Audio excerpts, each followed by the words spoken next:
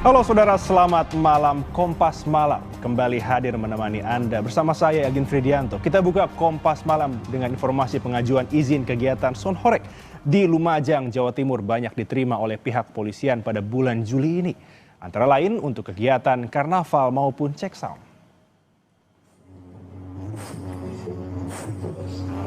Polisi pun menyebut akan memberikan izin dengan mempertimbangkan beberapa hal. Di antaranya ada batasan desibel suara dan durasi kegiatan, tidak mengganggu keamanan, tidak merusak moral ataupun berpotensi menimbulkan kemaksiatan.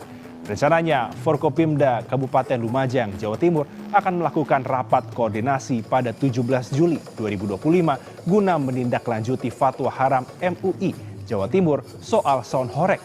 Sebelumnya, MUI Jatim resmi mengeluarkan fatwa haram untuk Sonhorek antara lain lantaran dinilai mengganggu ketertiban masyarakat.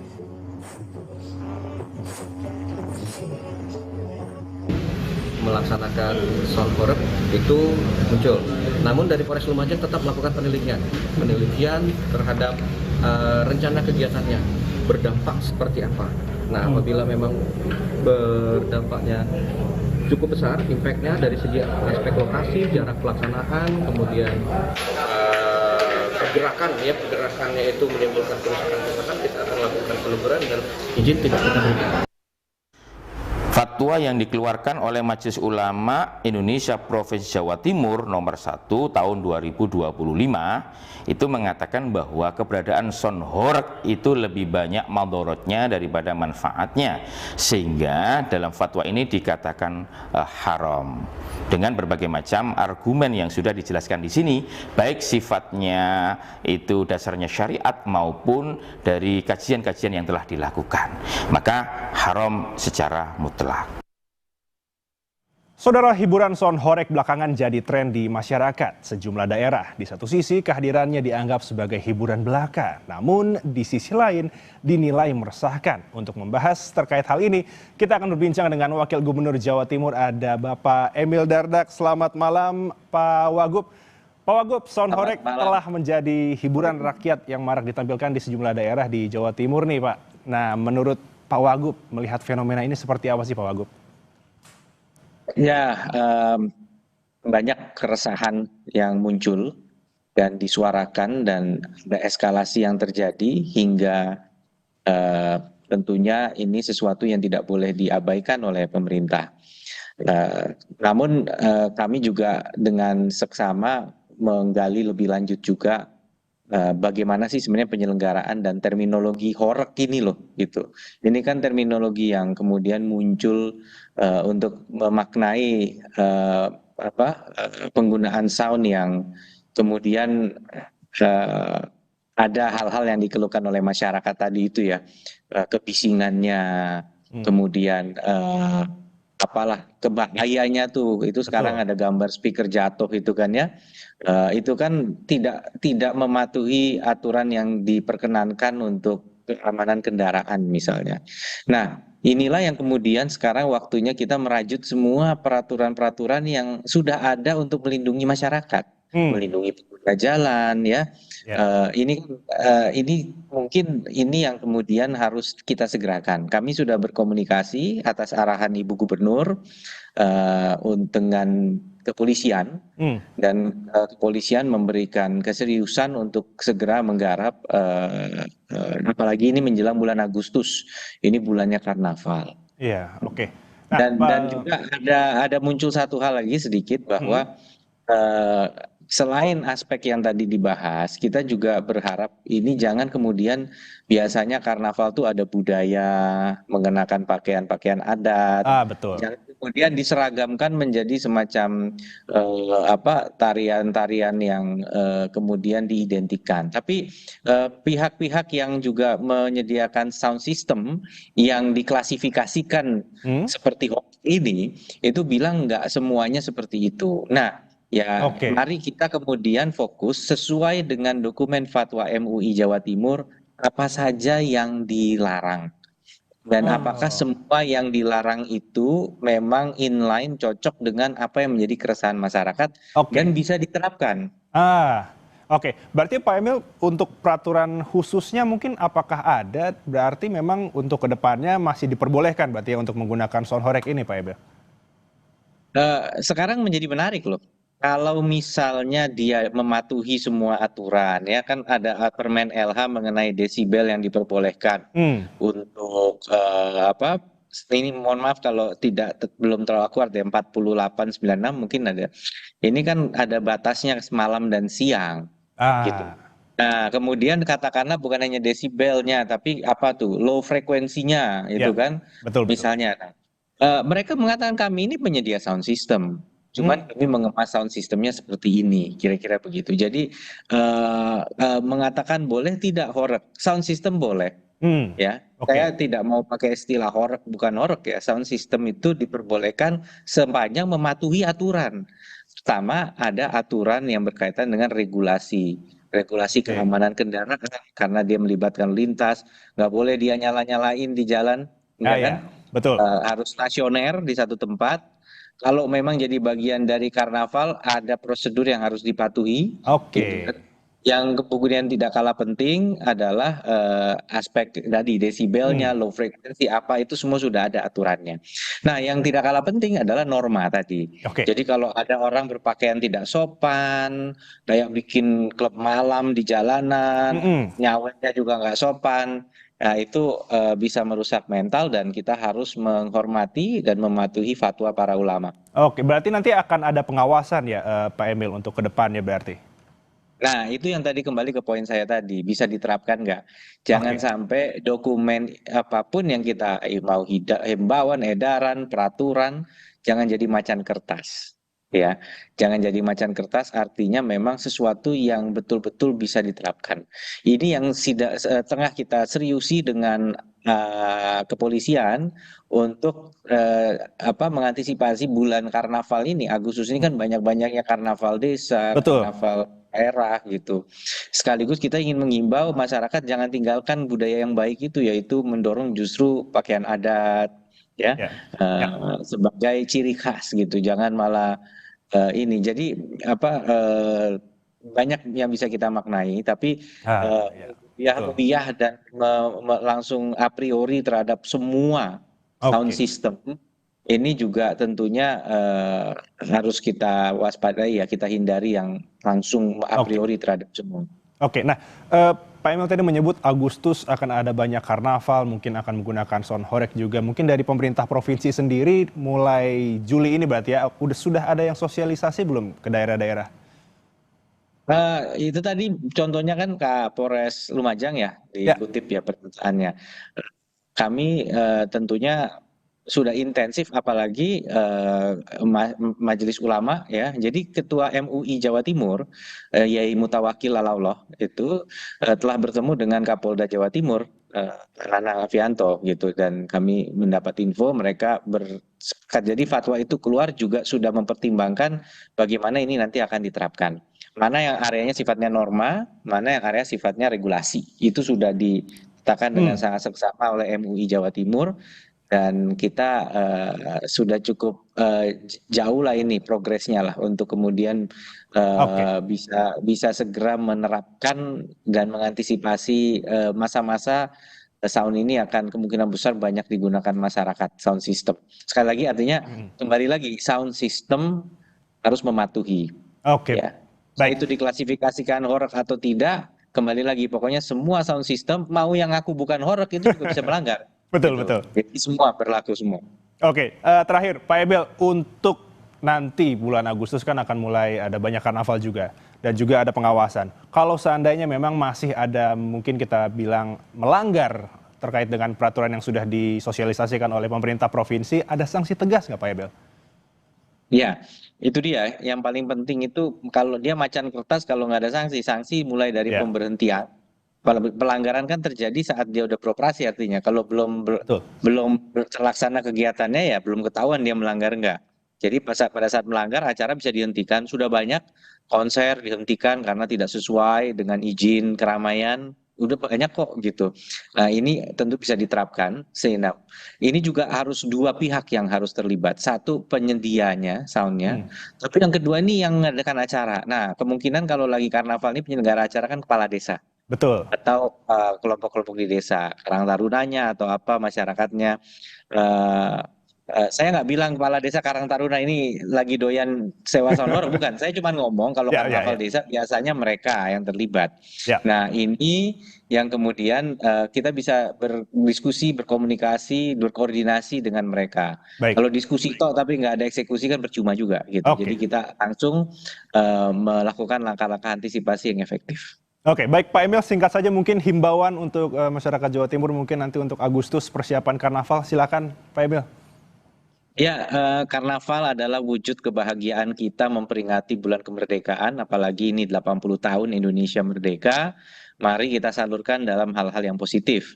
Oke, sound system boleh, tapi doronglah juga pelestarian budaya-budaya lokal. Menggunakan sound system silahkan, tapi jaga ketertiban.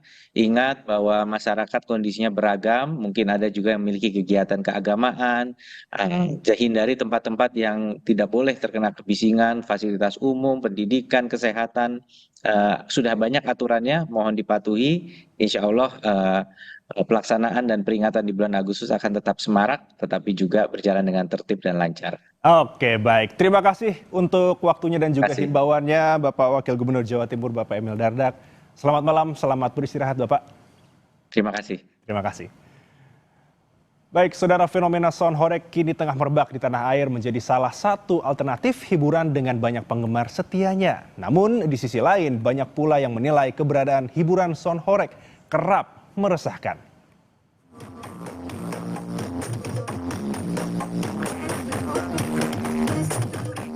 Berbekal sound system berukuran jumbo dengan volume suara maksimal, sound horeg jadi primadona di berbagai kesempatan. Belakangan, sound horeg kerap menjadi andalan hiburan untuk memikat massa. Namun tak jarang, sejumlah insiden terjadi di balik gegap gempitannya. Di Pati, Jawa Tengah, seorang peserta sound horeg yang berada di atas truk tersangkut kabel listrik hingga terjatuh. Peristiwa tersebut terjadi saat acara karnaval dalam rangka sedekah bumi di Desa Wedusan, Kecamatan Duku Seti, Pati, Jawa Tengah. Peserta yang terjatuh pun mengalami luka ringan.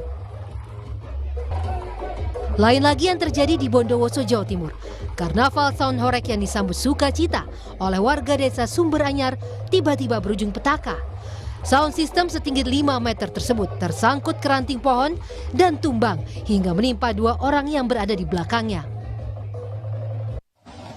Di beberapa kejadian lainnya, keberadaan sound horeg bahkan berdampak pada kerusakan rumah warga dan tak jarang mendapat protes karena ukurannya yang besar dan juga suaranya yang sangat kencang. Menyikapi hal ini, anggota komunitas sound horeg di Bondowoso menghimbau seluruh komunitas sound horeg menaati aturan penyelenggaraan karnaval di jalanan. Kita sangat menyayangkan sekali, cuman itu adalah insiden yang tidak terduga. Tapi saya menghimbau kepada seluruh komunitas horeg di Bondowoso untuk menaati SOP. Ada beberapa aturan-aturan sound horeg ketika melakukan karnaval di jalan, begitu. Medannya harus dilihat, apakah itu medan banyak kayu-kayu atau kabel-kabel yang terbentang di atas jalan. Umumnya masyarakat Desa Sumber Anyar ini memang sering mengadakan kegiatan haflatul imtihan ini dengan hiburan, berbagai hiburan seperti ini. Jadi memang ada dukungan lah. Jadi kami atas nama pemerintahan desa tentu sangat mendukung apa yang menjadi keinginan masyarakat kami, sehingga kebelakangnya menjadi lebih baik. Kini, keberadaan sound horeg banyak menuai kritik tajam. Bahkan MUI Jawa Timur memberi fatwa haram. Tim Liputan Kompas TV.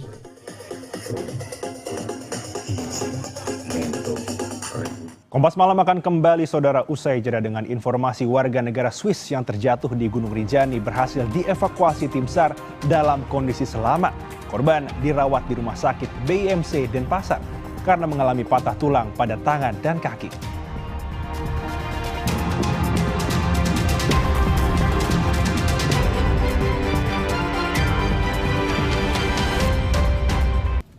sebelum evakuasi menggunakan heli, dari tim SAR gabungan ya dari kantor SAR Mataram juga melaksanakan evakuasi tersebut lewat darat. Akan langsung dievakuasi menuju Danau Seberana. Dan sampai di sana, alhamdulillah Stungkare dengan korban tersebut dalam kondisi selamat dan tangan patah dan kaki juga patah. Dan saudara, untuk mengetahui perkembangan terkini terkait pendaki asal Swiss yang jatuh dari Gunung Rinjani, sudah ada jurnalis Kompas TV Fitri Rahmawati di Lombok, Nusa Tenggara Barat. Fitri, untuk kondisi dari WNA Swiss setelah dievakuasi bagaimana saat ini? Ya, Elvin dan juga saudara, warga negara asal Swiss ini sudah mendapatkan penanganan medis di Rumah Sakit BIMC di Kuta Bali, dan kami mendapatkan informasi bahwa dia mengalami patah tulang di bagian tangan, kemudian paha dan juga punggung. Dan juga kami mendapatkan informasi bahwa dia mengalami luka memar pada bagian wajah. Ini dikarenakan karena memang terjatuh ke arah dari Pelangan menuju ke Danau Segerana. Dari lokasi sekitar 11 tahun dan di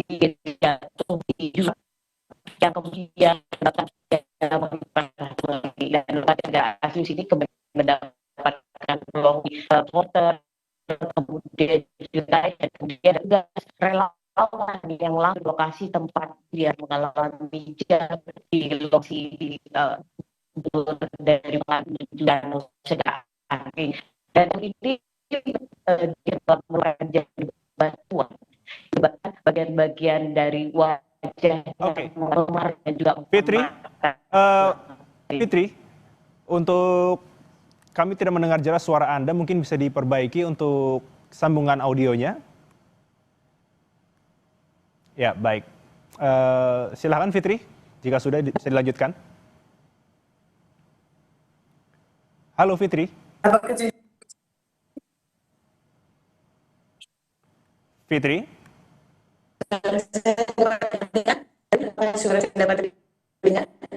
Ya, boleh diulang Fitri, boleh, jika sudah dibenarkan. Ya,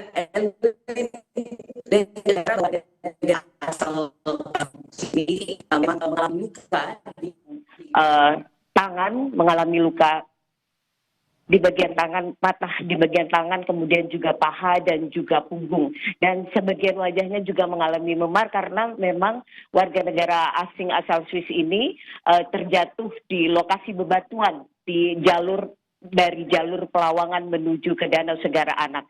Dan inilah yang menyebabkan karena jalur bebatuan ini sehingga warga negara Swiss ini mengalami luka yang cukup parah dan sekarang memang sudah ditangani secara medis di rumah sakit yang ada di Bali, di Kuta Bali, Elwin. Oke, Fitri, mungkin bisa dijelaskan terkait dengan proses evakuasi oleh helikopter. Ini untuk proses evakuasi itu apakah ada perbedaan dengan situasi yang dihadapi oleh pendaki Juliana Marins yang Juni lalu sempat terjatuh juga? Ya, kami mendapatkan informasi langsung dari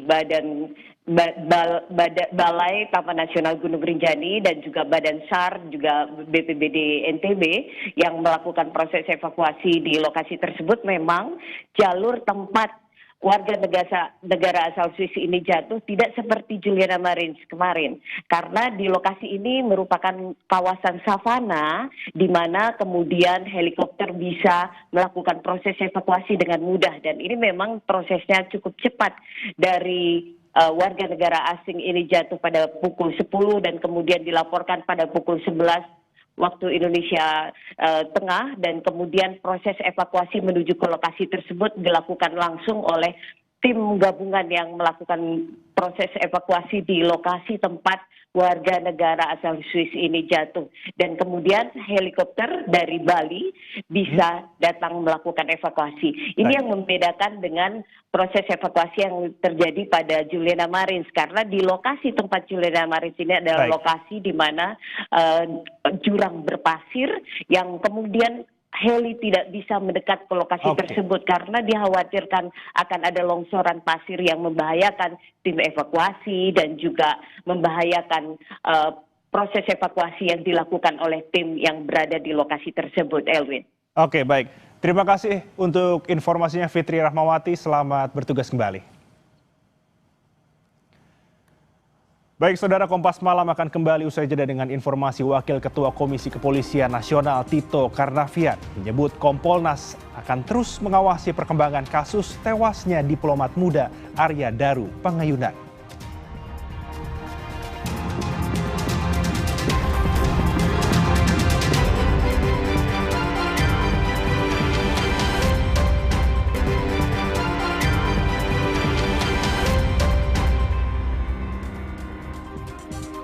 Kompas Malam kembali hadir untuk Anda, Saudara. Wakil Ketua Komisi Kepolisian Nasional Tito Karnavian menyebut Kompolnas akan terus mengawasi perkembangan kasus tewasnya diplomat muda Arya Daru Pangayunan.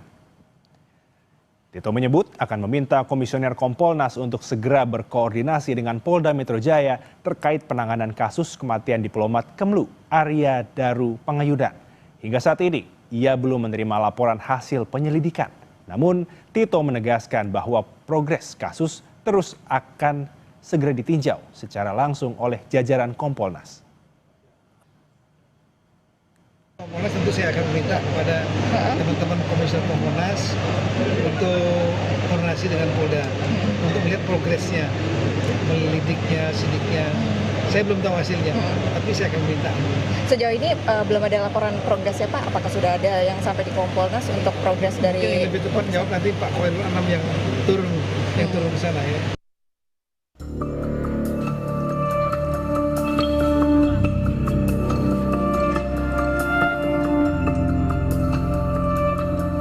Misteri kematian diplomat Kementerian Luar Negeri Arya Daru Pangayunan masih belum terjawab. Sepekan berlalu, polisi belum menemukan penyebab kematian korban. Komisi 1 DPR TB Hasanuddin menyebut, kematian diplomat yang biasa dipanggil Daru itu menyisakan banyak pertanyaan dan dinilai cukup janggal. Ia mendesak Polri segera ungkap penyebab kematian diplomat muda Kementerian Luar Negeri ini. Kita sekarang serahkan saja kepada penyidik polisi. Mudah-mudahan dalam waktu dekat itu diketemukan siapa pelaku pembunuhnya dan kemudian kita tahu motifnya apa. Kami melihatnya cukup janggal, apalagi kalau ada ahli yang mengatakan bahwa itu bunuh diri. Ya, bunuh diri. Sepertinya susah mendorong pihak manapun untuk segera membongkar. Tunjukkan kemampuan para penyidik kepolisian, ya. Kompolnas menyebut penyebab kematian masih diusut secara menyeluruh. Pihaknya juga sudah menerima informasi awal, namun belum bisa menarik kesimpulan sebelum melakukan klarifikasi langsung di lapangan. Kompolnas akan mengecek penyebab kematian dan memeriksa rekam jejak korban, alat-alat di sekitar lokasi, termasuk posisi ponsel dan komunikasi terakhir. Adalah kami akan cek penyebab kematiannya. Ya, soal di publik macam-macam, tidak mungkin atau mungkin macam-macam metode kematian itu, apakah bunuh diri dan sebagainya menggunakan lakban itu sebagai satu metode yang dikenal oleh publik, ya macam-macam lah. Kita akan cek rekam jejak apakah memang korban itu memiliki rekam jejak yang dekat sekali dengan problem bunuh diri tersebut. Sebelumnya, Arya Daru Pangayunan ditemukan tewas di kamar indekosnya di kawasan Menteng, Jakarta Pusat pada Selasa 8 Juli 2025 dengan kondisi wajah terlakban. Daru bergabung sebagai diplomat di Kementerian Luar Negeri sejak tahun 2014, lalu bergabung di Direktorat Perlindungan Warga Negara Indonesia. Tim Liputan, Kompas TV. Dan Saudara, untuk mengetahui perkembangan kasus ini telah bergabung bersama kami kriminolog Universitas Indonesia Adrianus Meliala. Selamat malam Pak Adrianus. Selamat malam Mas Egin. Malam. Pak Adrianus, sebenarnya dalam kasus kematian seperti ini, apakah membutuhkan waktu yang lama untuk mengungkapnya Pak Adrianus? Ya tentu relatif ya, namun dengan mengasumsikan ya bahwa otopsi sudah, ya pemeriksaan laboratorik sudah, lalu pemeriksaan digital forensik pasti sudah, lalu pemeriksaan TKP sudah 3 kali, lalu TKP-nya juga hanya secuil kamar ya gitu ya. Maka apalagi saya juga yakin bahwa selama seminggu ini mungkin sudah belasan ini orang yang diminta keterangan oleh kepolisian. Jadi apalagi gitu ya. Demikian. Oke, berarti kalau seperti itu harusnya sudah bisa terungkap berarti. Ya minimal sebab mati ya. Kan sebab mati kan bicara mengenai apa namanya direct cause ya, penyebab utama, penyebab langsung dari kematian. Masa itu pun juga lalu polisi tidak mau ngasih clue kepada kita ya sebagai masyarakat gitu ya. Tentu lalu dari sebab mati tentu lalu bicara mengenai motifnya. Nah motifnya mungkin masih nunggulah, boleh gitu ya. Tapi sebab mati kan harusnya cepat dan itu biasanya bisa disumbang oleh otopsi itu dan juga pemeriksaan laboratorik terhadap organ-organ dalam jika memang misalnya ada indikasi keracunan misalnya. Nah itu bisa disimpulkan tentang sebab mati tersebut. Begitu. Berarti apa yang masih harus didalami oleh polisi, Pak Adrianus? Kira-kira? Mungkin polisi mau paket komplit ini ya. Jadi hanya soal sebab mati, tapi juga motifnya dan juga pertanyaan dan juga jawaban tentang motif mati itu. Ya, sebab pasti nanti masyarakat kan juga tidak berhenti ya ketika misalnya motifnya A gitu ya. Ya betul. Lalu pasti akan ditanya kenapa A begitu ya. Makanya lalu kelihatannya polisi akan sekali umumkan semua ya. Makanya lalu kemudian mungkin kita masih menunggu beberapa saat, begitu. Baik. Berarti kalau untuk hal seperti ini kira-kira kapan dan juga sejauh ini juga bagaimana Pak Adrianus mungkin menilai bahwa memang harus paket lengkap yang dijelaskan oleh polisi agar mungkin bisa membungkam spekulasi-spekulasi di tengah masyarakat, Pak Adrianus? Nah ini juga mungkin menarik juga ya karena dalam hal ini kepolisian tidak tidak mengungkapkan kepada kita dan saya juga tidak berusaha untuk mencari tahu ya hal-hal yang mungkin sekali bisa menjadi petunjuk tentang motif ya. Kalau sebab matinya tuh saya sudah hampir yakin ya bahwa itu adalah karena yang bersangkutan tuh kehilangan kekurangan oksigen ya. Jadi dengan kata lain semacam kehabisan napas lah dengan adanya lakban tersebut ya. Apakah lalu kemudian itu lalu dibantu lagi dengan obat yang lain sehingga kemudian lalu prosesnya lebih cepat, itu asumsi saya ya. Moga-moga asumsi itu benar, tapi kalaupun salah ya saya ngaku saja bahwa saya salah begitu ya. Nah, tapi kalau bicara mengenai motifnya maka mungkin bisa dibantu dengan beberapa hal yang nampaknya tidak diungkapkan oleh polisi. Misalnya ketika almarhum itu ditemukan di TKP, apakah dalam kondisi seperti yang dikatakan yakni memakai selimut yang rapih atau tidak, atau jangan-jangan mohon maaf terlanjang gitu ya. Nah itu lalu kita bisa berspekulasi macam-macam. Demikian juga misalnya kalau ditemukan berbagai hal yang mungkin ada kaitannya dengan aktivitas seksual, itu juga bisa kemudian membuat kita berpikir tentang motif ya. Nah itu yang nantinya tidak diungkapkan oleh kepolisian. Mungkin begitu. Berarti memang untuk menunggu paket lengkap ini apakah kiranya dibutuhkan juga pendapat dari ahli lain, Pak Adrianus? Saya kira beberapa teman kemungkinan besar sudah dimintai bantuan ya dalam hal menginterpretasi berbagai hal yang mungkin muncul ya. Sebagai contoh misalnya saya melihat atau membaca di media sosial sudah ada tangkapan layar yang kemudian dikeluarkan oleh kepolisian atau yang lain tentang apa yang menjadi kalimat dari almarhum ya. Dan itu lalu perlu diinterpretasi tuh, apakah ini memang kalimat yang ada meaningnya, ada artinya, atau tidak. Nah itu kan tentu ahli yang kemudian bisa membacanya. Demikian juga ketika digabung dengan konteks digital forensik yang lain, ya. Lalu kemudian pasti juga dalam hal ini saya yakin bahwa hasil pemeriksaan laboratorium juga punya memberikan sesuatu hal. Nah itu yang kemudian lalu overallnya akan dibantu oleh amatan ahli, begitu. Oke, Pak Adrianus, selain masih didalami, menurut Pak Adrianus sendiri, apakah ada hal yang ditutupi juga, Pak Adrianus? Ya, jadi semua orang nampaknya menahan diri ya untuk tidak bicara mengenai tidak menganalisis bahwa ya kemungkinan yang bersangkutan itu bukan bunuh diri, tapi meninggal karena semacam tidak sengaja dalam rangka melakukan suatu aktivitas seksual ya. semua orang nampaknya menahan diri karena memang nampaknya tidak enak ya.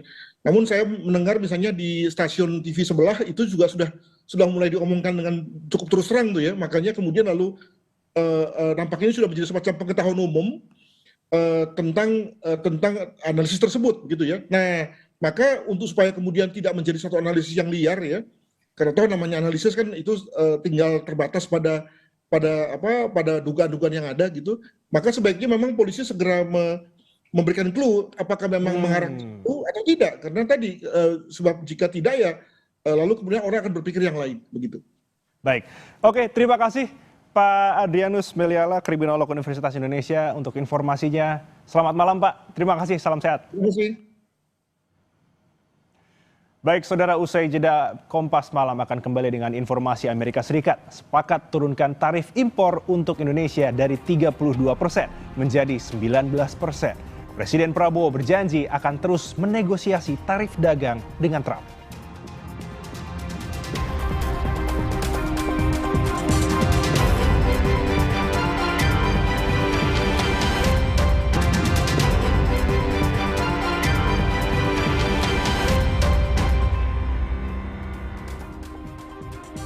Saudara, Amerika Serikat dan Indonesia sepakat pengenaan tarif dagang sebesar 19% untuk seluruh produk dari Indonesia. Presiden Prabowo Subianto menjelaskan hal itu dilakukan untuk melindungi nasib pekerja Indonesia. Presiden Prabowo menegaskan dirinya harus memikirkan nasib pekerja Indonesia jika tarif 32% diterapkan. Meski demikian, Presiden Prabowo berjanji akan terus menegosiasi tarif dagang dengan Trump. Presiden Prabowo direncanakan akan bertemu Trump di White House, Washington DC pada bulan September atau Oktober mendatang. Ya, kita terus akan, namanya hubungan dagang itu terus-menerus kita negosiasi ya. Ada rencana kunjungan ke sana Pak? Kemana? Ke Amerika kunjungan Pak? Beliau katakan mungkin sekitar September, Oktober. Semua sudah kita hitung, semua kita berunding ya. Kita juga memikirkan yang penting bagi saya adalah rakyat saya. Yang penting saya harus lindungi pekerja-pekerja. Saudara, seorang WNA jadi korban jambret di Jakarta Pusat. Korban terluka akibat terjatuh saat mempertahankan tas miliknya. Informasinya usai jeda.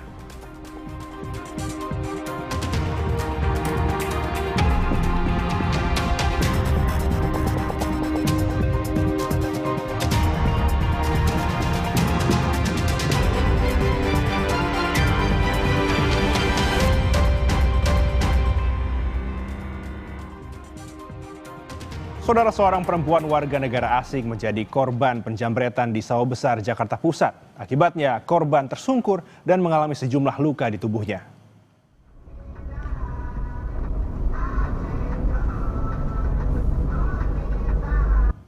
Rekaman kamera dashboard mobil memperlihatkan detik-detik saat WNA yang sedang berjalan kaki bersama putranya dijambret. Dua pelaku menggunakan sepeda motor di jalur trotoar Jembatan Kuning samping Masjid Istiqlal, Jakarta. Salah satu pelaku berupaya merampas tas korban, namun korban mempertahankan tas hingga jatuh tersungkur dan terseret motor beberapa meter. Menurut saksi, tas korban berhasil dipertahankan, namun korban mengalami sejumlah luka.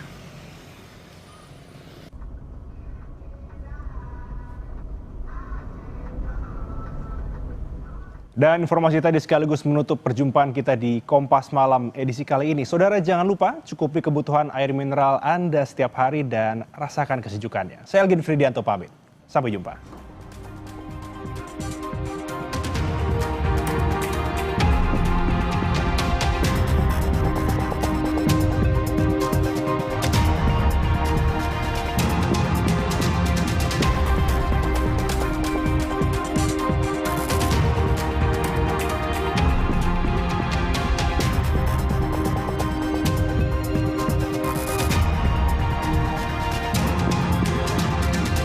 Terima kasih Anda telah menyaksikan Kompas Malam yang didukung